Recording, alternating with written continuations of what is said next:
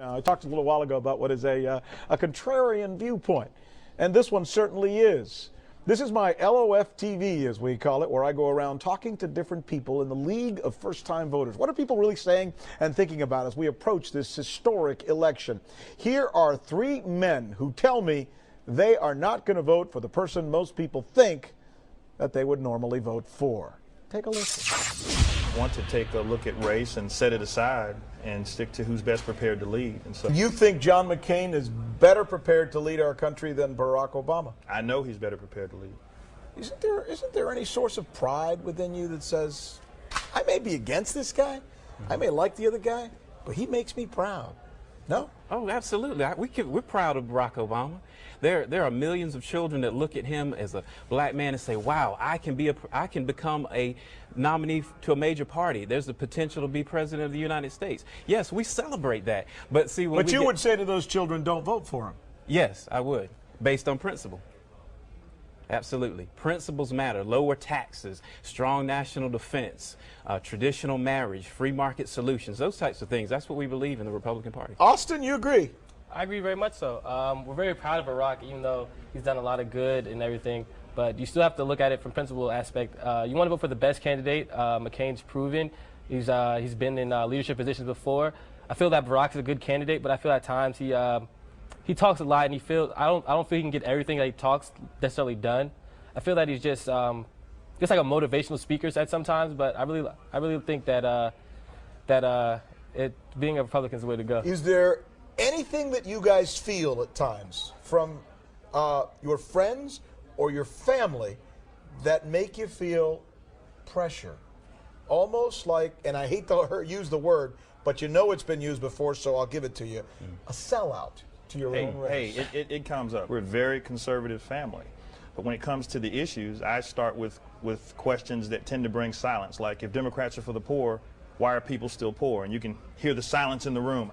Who will best serve as leader of this country? Do you want a steady hand in times of crisis and need, or do you want to go with the unknown? With McCain, you may disagree with him, but you know where he stands.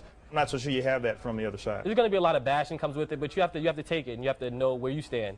It doesn't really hurt. It just, I mean, I wish they got to feel me and get my own opinion on politics. Just because of Obama's, and I have a lot of people just because he's black, they're voting for him. And I feel that that's not right. My friends and family and I, we've had debates, we've had conversations, but there's never been any disrespect.